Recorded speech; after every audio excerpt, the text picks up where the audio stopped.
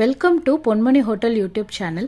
இன்னைக்கு நம்ம கடையோட டின்னர் ஸ்பெஷலான சிக்கன் சால்னா நம்ம மாஸ்டர் எப்படி செய்யறாருன்னு பார்க்கலாமா?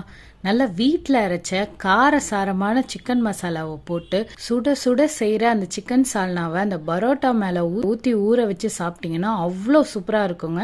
நம்ம மாஸ்டர் எப்படி செய்கிறாங்கன்னு ஸ்டெப் பை ஸ்டெப்பாக பார்க்கலாம். இந்த வீடியோவை ஸ்கிப் பண்ணாமல் பாருங்கள். இதோட இன்க்ரீடியன்ட் டீட்டெயில்ஸ் வீடியோவோட கடைசியில் கொடுத்துருக்கோம். இப்போ ஒரு கடாயில் ஒரு 100 ml எண்ணெய் ஊற்றிருக்காங்க. அந்த எண்ணெய் நல்லா சூடானதுக்கப்புறம் ஒரு 5 கிராம் பட்டை, அந்த பட்டை நல்லா பொரிஞ்சு வந்ததுக்கப்புறம் ஒரு 2 ஸ்பூன் சோம்பு, அதுவும் நல்லா பொரிஞ்சதுக்கப்புறம் பெரிய வெங்காயம் ஒரு 4லேருந்து 5 வெங்காயத்தை நீளமாக நறுக்கி இது கூட போட்டு நல்லா வதக்கிக்கிறாங்க. எல்லா நான்வெஜ் கிரேவிலையுமே பார்த்தீங்கன்னா வெங்காயம் எவ்வளோ தூரம் வதங்கி வருதோ அவ்வளோ தூரம் நம்ம கிரேவி நல்லா இருக்குங்க. அதனால எந்த நான்வெஜ் கிரேவி செஞ்சாலும் எந்த வெங்காயம் யூஸ் பண்ணாலும் அதை நல்லா வதங்க விடுங்க. அப்போ தான் நம்ம கிரேவி நல்லா வரும். இப்போ வெங்காயம் பார்த்தீங்கன்னா கொஞ்சம் வதங்கிடுச்சு. இப்போ இது கூடவே ஒரு 2 ஸ்பூன் மஞ்சள்தூள் போட்டுக்கிறாங்க. இப்போ இதையும் போட்டு இந்த வெங்காயத்தோட நல்லா கிளறி விட்டுக்கிறோம். இப்போ போட்டிருக்க எல்லா வெங்காயமும் நல்லா கொஞ்சம் மஞ்சளாக ஆனதுக்கப்புறம் கூடவே தக்காளியும் பச்சை மிளகாவும் போட்டுக்கிறாங்க. தக்காளி பார்த்தீங்கன்னா ஒரு 3லேருந்து 4 பழுத்த தக்காளியை நீளமாக கட் பண்ணி போட்டிருக்காங்க. அது கூடவே காரத்துக்கு ஒரு 3லேருந்து 4 பச்சை மிளகா கீரி போட்டிருக்காங்க. காரத்துக்கு நம்ம மசாலாவும் போடுவோன்றதுனால இதில் 4 பச்சை மிளகா போட்டால் போதும். இப்போ இது எல்லாத்தையுமே நல்லா கிளறி விட்டு இது நல்லா வதங்க விடணும். இப்போ போட்டிருக்க வெங்காயம் தக்காளிலாம் நல்லா முக்கால்வாசி வதங்கிடுச்சு. இப்போ இதுக்கு தேவையான உப்பு போட்டு அதையும் கிளறி விட்டுக்கிறாங்க. இப்போ போட்டிருக்க வெங்காயம் தக்காளிலாம் நல்லா ஒரு 2லேருந்து 3 நிமிஷம் நல்லா வதங்கினதுக்கப்புறம் இது கூட இஞ்சி பூண்டு பேஸ்ட் ஆட் பண்ணிக்கலாம்.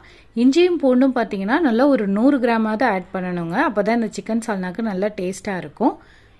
இந்த பேஸ்ட்டில் பார்த்தீங்கன்னா பூண்டை விட கொஞ்சம் இஞ்சி ஜாஸ்தியாக இருக்கணுங்க. அப்போ தான் சால்னாக்கு நல்லா இருக்கும். இப்போ இஞ்சி பூண்டு பேஸ்ட்டையும் போட்டு நல்லா கிளறி விட்டுக்கிறாங்க. இந்த நான்வெஜ் கிரேவியோட ஃப்ளேவர் இஞ்சி பூண்டு பேஸ்ட் போடும் போதே நமக்கு வர ஆரம்பிச்சிடும். இப்போ இதை போட்டு நல்லா வதக்கி விட்டுட்டு அந்த இஞ்சி பூண்டு ஸ்மெல்லெல்லாம் போனதுக்கப்புறம் நம்ம சிக்கன் ஆட் பண்ணிக்கிறாங்க. சிக்கன் பார்த்தீங்கன்னா ஆல்ரெடி நல்லா க்ளீன் பண்ணி மஞ்சள் போட்டு கழுவி வேக வச்சு தான் எடுத்து வச்சுருந்தாங்க. இப்போ அதை தான் இது கூட போட்டு நல்லா கிளறி விட போகிறாங்க. சிக்கன் சால்னாக்கு பார்த்தீங்கன்னா பெரிய பெரிய பீஸா போடுறத விட கொஞ்சம் எலும்பா போட்டிங்கன்னா இன்னும் சிக்கன் சால்னா ரொம்ப நல்லா இருக்கும். அதனால தான் நம்ம எலும்பா வாங்கிட்டு இது கூட போட்டிருக்கோம். அந்த எலும்போட சாறு இறங்க இறங்க தான் அந்த சிக்கன் சால்னாவோட டேஸ்ட் செமையா வரும். அதனால எலும்பா வாங்கி போட்டு நீங்கள் எப்பயுமே சிக்கன் சால்னா ட்ரை பண்ணுங்க. இப்போ இந்த கறியெல்லாம் போட்டு அந்த வெங்காயம் தக்காளியோட நல்லா மிக்ஸ் பண்ணி விட்டுட்டாங்க. இப்போ இது கூட இன்னும் கொஞ்சம் ஃப்ளேவர் வர்றதுக்காக ஒரு கை புதினா ஒரு கை கொத்தமல்லி போட்டு நல்லா கிளறி விட்டுக்கிறாங்க.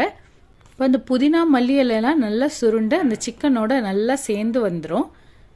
அந்த அளவுக்கு அதை நல்லா வதக்கி விடணும். இப்போ இது எல்லாமே நல்லா வதங்கி எண்ணெயெல்லாம் பிரிஞ்சு வந்துருச்சு. இப்போ இதில் இதுக்கு தேவையான மசாலாலாம் ஆட் பண்ணிக்கலாம். நம்ம 3 மசாலா தாங்க ஆட் பண்ண போகிறோம். ஃபர்ஸ்ட்டு வீட்டில் அரைச்ச சிக்கன் மசாலா அது ஒரு 3 கரண்டி ஆட் பண்ணிக்கிறாங்க. வீட்டில் வறுத்து அரைச்ச இந்த சிக்கன் மசாலாவோட வீடியோ ஆல்ரெடி நம்ம சேனலில் அப்லோட் பண்ணியிருக்கோம். லிங்க்கை டிஸ்கிரிப்ஷனில் கொடுக்குறோம், செக் பண்ணி பாருங்கள். அது கூடவே தனி மிளகாய்த்தூள் அதுவும் ஒரு 3 கரண்டி ஆட் பண்ணிக்கிறாங்க. இதில் உங்கள் காரத்துக்கு எவ்வளோ வேணுமோ அதுக்கேற்ற மாதிரி நீங்கள் போட்டுக்கோங்க. இதில் உங்களுக்கு காரம் அதிகமாக வேணும்னா நீங்கள் அதுக்கேற்ற மாதிரி தனி மிளகாய்த்தூள் அதிகமாக போட்டுக்கோங்க. இப்போ 2 மசாலையும் போட்டு நல்லா அந்த சிக்கனை பெரட்டி விட்டாச்சு. இதில் லாஸ்ட்டாக ஒரு கரண்டி மட்டும் கரம் மசாலா போட்டு பெரட்டி விட்டுருவாங்க. வேறு எந்த கிரேவி மசாலாஸுமே நம்ம ஆட் பண்ணுறது இல்லைங்க. பேக்கெட் மசாலாவும் ஆட் பண்ணுறது இல்லை.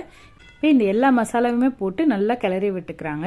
அந்த சிக்கனை வேக வச்ச தண்ணி இருக்கும்ல அந்த தண்ணியவே இதில் போட்டு நல்லா கிரேவி கன்சிஸ்டன்சிக்கு எடுத்துகிட்டு வர போகிறாங்க. இப்போ இந்த மசாலாலாம் நல்லா கொதிச்சு வர்றதுக்கு நம்ம தண்ணி எக்ஸ்ட்ரா ஊற்றக்கூடாதுங்க. இந்த இடத்துல நம்ம அளவாக தான் தண்ணி ஊற்றணும். நம்மளோட சிக்கன் சால்னா குவான்டிட்டி அதிகமாக்குறதுக்கு நம்ம தேங்காயோட தண்ணி நிறையா ஊற்றிக்கலாம். ஆனால் மசாலா கொதிக்க வைக்கும் போது தண்ணி கம்மியாக தான் ஊற்றிருக்கணும்.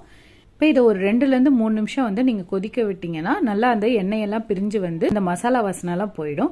இப்போ இதை நிறைய குவான்டிட்டியாக சால்னாவாக கொண்டு வர்றதுக்கு ஒரு தேங்காய் ஒரு 50 கிராம் வேர்க்கடலை போட்டு அரைச்சு அதை இதில் ஊற்றி இந்த சால்னாக்கு தேவையான தண்ணியை நீங்கள் ஊற்றி நல்லா கலந்து விட்டுக்கோங்க. அப்போ பார்த்தீங்கன்னா இதோட குவான்டிட்டிலாம் நமக்கு அதிகமாகிடும். இப்போ இந்த இடத்துல உப்பு கம்மியாக இருந்தால் மாஸ்டர் போட்டுக்கிறாங்க. இப்போ இதை ஒரு 2லேருந்து 3 நிமிஷம் நல்லா கொதிக்க விடுவாங்க. அப்போ தான் இந்த தேங்காய் வேர்க்கடலையோட ஃப்ளேவர்லாம் நல்லா அந்த சால்னால இறங்கும். கொத்தமல்லி இலையை போட்டு இறக்குனா நல்லா காரசாரமான டேஸ்டியான சிக்கன் சால்னா ரெடிங்க. அப்படியே இந்த சுட சுட இருக்கிற சிக்கன் சால்னாவை பரோட்டா, சப்பாத்தி, இட்லி, தோசைக்குன்னு எது கூட ஊற்றி சாப்பிட்டீங்கனாலும் அவ்வளோ டேஸ்ட்டாக இருக்கும். கண்டிப்பாக நம்ம ஹோட்டலில் வந்து ட்ரை பண்ணி பாருங்கள். இந்த சிக்கன் சால்னாவை நம்ம ஸ்பெஷலாக டின்னர் மெனுக்கு மட்டும்தாங்க கொடுக்குறோம். பொன்மணி ஹோட்டலில் வந்து விசிட் பண்ணி சாப்பிட்டு எப்படி இருந்துச்சுன்னு கமெண்ட்டில் சொல்லுங்கள். தேங்க்ஸ் ஃபார் வாட்சிங். இந்த வீடியோ பிடிச்சிருந்ததுன்னா லைக் பண்ணி ஷேர் பண்ணி சப்ஸ்கிரைப் பண்ணுங்கள்.